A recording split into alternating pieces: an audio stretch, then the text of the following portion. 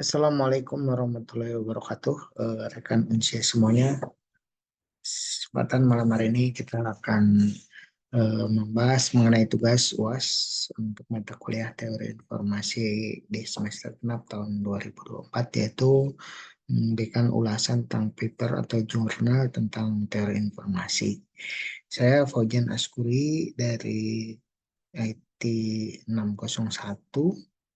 Nomor induk mahasiswa 220401010192, dengan dosen pengampu Bapak Dr. Ucup Darussalam, STMT. Baik rekan sekalian, kesempatan kali ini kita akan mengulas mengenai jurnal keamanan basis data pada sistem informasi di era global.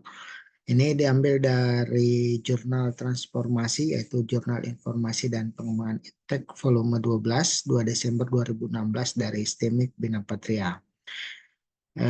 Ini disusun oleh Gatot Susilo dari program studi sistem informasi STEMIC Bina Patria Magelang. Latar belakang. Dewasa ini pengelolaan data telah masif dilakukan oleh organisasi swasta maupun pemerintah. Bahkan pengelolaan data sudah berbasis big data, data yang sangat besar sekali. Kayak Google misalkan, atau bahkan korporasi-korporasi perbankan di Indonesia yang besar, yang bisa link seluruh dunia, itu sudah menggunakan basis data yang sangat besar. Penggunaan sistem basis data secara masif ini berbanding lurus dengan resiko ancaman terhadap integritas. Ada pencurian data, ada ketersediaan datanya seperti kejadian yang baru-baru ini terjadi terhadap pusat data nasional kita, di mana ada malware yang berkembang dalam sistem menjadikan datanya dienkripsi oleh malware tersebut dan tidak bisa diakses. Dewasa ini penggunaan data sudah bisa berkaitan dengan informasi pribadi dan keuangan yang rentan terhadap ancaman pihak yang tidak bertanggung jawab. Bayangkan ketika bank dibobol, itu udah kaitannya dengan dana. Bahkan ada itu di berita bahwa WNI dari Malang yang berhasil membobol server milik negara Amerika, di mana dia berhasil mengumpulkan uang dari dana negara yang akan dibagikan kepada masyarakat Amerika, dan pelakunya sudah ditangkap. Permasalahan dan tujuan. Ancaman terhadap basis data dapat berasal dari dalam sistem maupun dari luar sistem. Yang dari dalam sistem bisa saja malware terjadi, gangguan sistem jaringan komputer, aplikasi yang rentan, ataupun kerentanan dari kode program itu sendiri, atau bahkan dari eksternal, yaitu kelalaian pengguna. Dia menerima data ransom yang tidak tahu, kemudian dia install, dia buka, sehingga menyebabkan masuknya malware dari luar, ataupun memang dari sistemnya, dari sistem jaringan komputernya yang terganggu. Misalkan tiba-tiba ada aplikasi yang dimasukkan, kemudian aplikasinya itu membawa tautan-tautan yang kemudian dia berkembang dan merusak dari dalam sistem itu sendiri.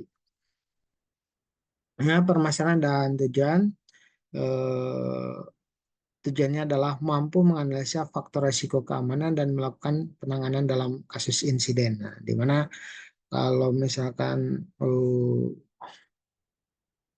hal-hal yang mungkin saja terjadi dalam malware atau kerusakan sistem itu dari jaringan database, dari jaringan komputernya, dari pengguna akhir, dari programmernya, atau dari database administratornya. Di sini semua rentan terhadap kebocoran-kebocoran data ataupun malware-malware yang bisa saja terjadi di berbagai lini. Selanjutnya, kontrol keamanan untuk lingkungan multi-user. Seperti ini lingkungannya multi-user, jadi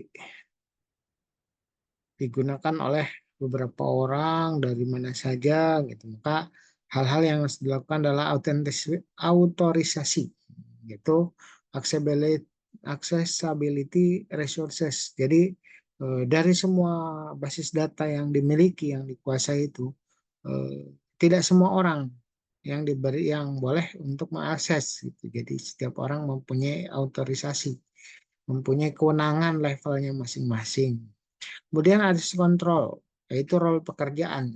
Role pekerjaannya seperti apa, maka yang bisa diakses adalah mengenai role pekerjaannya saja. Yang di luar itu dia tidak bisa mengaksesnya. Kemudian juga adalah views, yaitu membatasi tampilan data yang tidak diperlukan atau tidak perlu dilihat oleh level tertentu, maka itu bisa dibatasi. Selanjutnya pembahasan. Kontrol keamanan untuk lingkungan multi-user, yaitu autorisasi, aksesibilitas, resource, kemudian akses kontrol, role pekerjaan seperti apa, kemudian views, membatasi tampilan data yang tidak perlu dilihat oleh pengguna lain, kemudian dilakukan backup atau recovery, kemudian integrity, menjamin datanya harus valid, jadi semua orang yang mengakses data, datanya harus betul-betul valid. Kemudian enkripsi. DBMS menyimpan data dengan cara di-encoding dan dapat diakses kembali setelah di-decoding. Jadi memang itu dari sistem DBMS sendiri sudah mengenkripsi data. Semua data yang masuk itu yang disimpan itu akan dienkripsi dulu, diubah dulu. Kemudian ketika ada orang yang mau mengakses, mau membacanya, mau mengolah datanya, data tersebut di eh, decoding lagi, jadi diartikan lagi. Kemudian ada RAID atau redundancy array independent disk. Jadi selain di encoding, selain di encoding decoding, data juga untuk keamanannya dia ada penyimpanan tersendiri. Jadi hard copy-nya. Jadi meskipun seandainya ada kebobolan di level DBMS-nya, kita masih punya data cadangan. Jangan sampai seperti kejadian yang sudah terjadi di PDN. Katanya mereka tidak memiliki data cadangan, sehingga pemulihannya perlu waktu lama, negosiasi dan lain sebagainya. Eh, Akhirnya eh, penggunaan datanya menjadi tersendat. Next, tahapan penanganan insiden cyber. Jika sudah terjadi untuk penanganan insiden cyber ini, kita bagi menjadi 6 tahapan. Yang pertama persiapan. Ini belum terjadi insiden. Jadi sebelum ada hujan sedia payung dulu. Istilahnya seperti itu. Maka dibuatkan, dipersiapkan. Oh ini personilnya, ini ahli IT-nya nih. Kemudian oh kebijakannya. Jika terjadi serangan cyber begini maka harus bagaimana, harus bagaimana. Kemudian dibuatlah prosedurnya. Selanjutnya identifikasi. Setelah disiapkan prosedurnya, ada persiapannya, ada rencana-rencananya, diidentifikasi jika itu terjadi. Ini dari mana sumbernya? Apakah ada malware dari luar ataukah dari dalam sistemnya?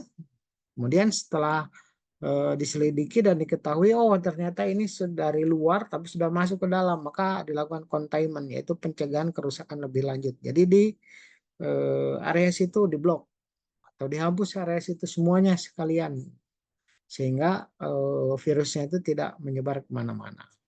Atau mungkin justru sistemnya di refresh, bersihkan semuanya, dikembalikan ke seperti awal. Selanjutnya tahap kelima yaitu pemulihan. Setelah datanya atau programnya kembali seperti semula, awal lagi baru dipulihkan kembali menggunakan data yang disimpan atau RAID tadi. Kemudian untuk tindak lanjutnya kita membuat kejadian yang sudah itu dijadikan sebagai acuan-acuan untuk melakukan persiapan di masa yang akan datang. Baik. Selanjutnya kesimpulan dan usulan. Kesimpulan, basis data dalam organisasi memang punya peranan yang sangat besar bagi suatu organisasi. Namun, ancaman terhadap basis data juga akan terus berdatangan dan terus berkembang. Jadi, harus menjadi perhatian khusus agar tidak terjadi insiden cyber. Nah, Usulannya, pendidikan dan pelatihan keamanan cyber itu perlu diperkuat oleh semua kalangan, baik itu organisasi swasta maupun organisasi pemerintah, baik itu termasuk juga dari kalangan akademisi. Jadi memang eh, akan sangat rentan dan perlu namanya eh, tenaga-tenaga ahli bidang cyber. Kemudian diberikan juga insentif bagi penggiat cyber security yang ada di Indonesia. Baik, mungkin cukup sekian dari saya, kritik dan saran yang membangun kami apresiasi, kami ucapkan terima kasih. Assalamualaikum warahmatullahi wabarakatuh.